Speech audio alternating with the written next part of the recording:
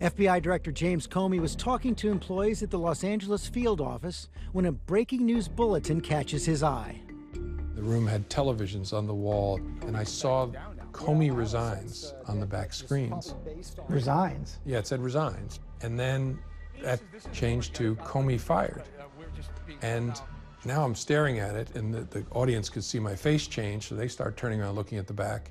Then I went into a room to find out, have I been fired? Because I did not expect to be fired. What's your first thought? That's crazy. How could that be? Weren't you angry? I don't remember being angry. I thought it's crazy to fire me. I'm leading the investigation of Russian influence, and particularly whether anyone in the Trump orbit had coordinated and conspired with the Russians. That makes no sense at all. Stunned by the news, Comey heads to the airport. It would be his last flight on the FBI jet. So you're in that private jet, basically alone. What did you do? I drank red wine from a paper coffee cup and just looked out at the lights of the country I love so much as we flew home. That's it, the pinnacle of your professional career. It's over. Yep. Over in a flash. The end of James Comey's storied career in law enforcement set off a devastating series of events. The firing of James Comey is what led to bringing in a special counsel. Steve Bannon, the president's chief strategist, would later say that this was the biggest political mistake in modern political history. The day after you were fired, the president is meeting in the Oval Office with the Russian foreign minister, calls you a nut job, says that the pressure on him has been relieved. What did you think when you saw that? Wow, was my reaction. First of all, what are the Russians doing in the Oval Office? One, as a counterintelligence person, I'm thinking that's crazy. Without any Americans being present, one. And two, the pretense is melting away. The bit about you were fired because of how you handled the email investigation is melting away. You were fired because of the Russia investigation. The president said Russia was on his mind when he fired Comey. But regardless of recommendation, I was going to fire Comey. And I said to myself, I said, you know, this Russia thing with Trump and Russia is a made-up story. Comey was out, but the president's attacks continued, escalating into a full-scale Twitter war. Sanctimonious, a leaker, lying James Comey. Those are the words that President Trump has used to describe his former FBI director. But it was this tweet that Comey better hope there are no tapes that sparked the leak heard round the world.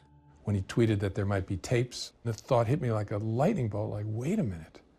If there are tapes, he will be heard on that tape in the Oval Office asking me to let it go.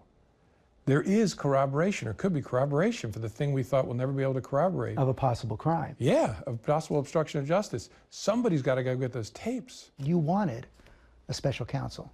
Yep, because I wanted someone without political conflict, someone to find the facts. He made a controversial decision to leak his memos to a friend who read them to the New York Times. The president's tweeted innumerable times calling you a leaker. What's your response to President Trump? Look, it's true. I mean, I'm the one who testified about it. That's how people know about it. I gave that unclassified memo to my friend and asked him to give it to a reporter. That is entirely appropriate. Why not do it yourself? Why not do it openly, transparently? For one very practical reason. At the end of my driveway was a horde of media, and my thought was, if I give it to one reporter, then what's my answer to all the others about why I won't answer their questions? How do you weigh that inconvenience against the ethics of being more open? My reaction was, I'm going to get the information out. I know the information is true, and if I'm ever asked about it, of course I'll tell the truth about it. The president also, several different tweets, calls you a liar. Yeah. And? What am I going to do? Yeah, people have to make their own judgments about other people. Comey's leak triggered the appointment of Robert Mueller as special counsel. The acting attorney general, Rod Rosenstein, has decided to appoint a special counsel to investigate Russian interference in the 2016 election. Well, I respect the move, but the entire thing has been a witch hunt, and there is no collusion between certainly myself and my campaign and the Russians. Zero. When Comey appeared before the Senate, he said the president lied to the American people when he attacked Comey and the FBI. Those were lies, plain and simple. As pressure from the special counsel intensifies, all eyes now on the president and his next move. Why don't I just fire Mueller? Well, I think it's a disgrace what's going on. We'll see what happens. And many people have said you should fire him. What will it mean if President Trump tries to fire Robert Mueller? It would, I hope, set off alarm bells that this is his most serious attack yet on the rule of law. And it would be something that our entire country, again, Democrats and Republicans, that is higher than all the normal fights about policy. And it would be to the everlasting shame of partisans if they were unable to see that higher level and to protect it. And has the President of the United States been compromised by the Russians? Do you think the Russians have something on Donald Trump? I think it's possible. I don't know. These are more words I never thought I'd utter about a President of the United States, but it's possible. That's stunning. You can't say for certain that the President of the United States is not compromised by the Russians. Yeah, it is stunning, and I wish I wasn't saying it, but it's the truth. It always struck me and still strikes me as unlikely, and I would have been able to say with high confidence about any other president I dealt with, but I can't. It's possible.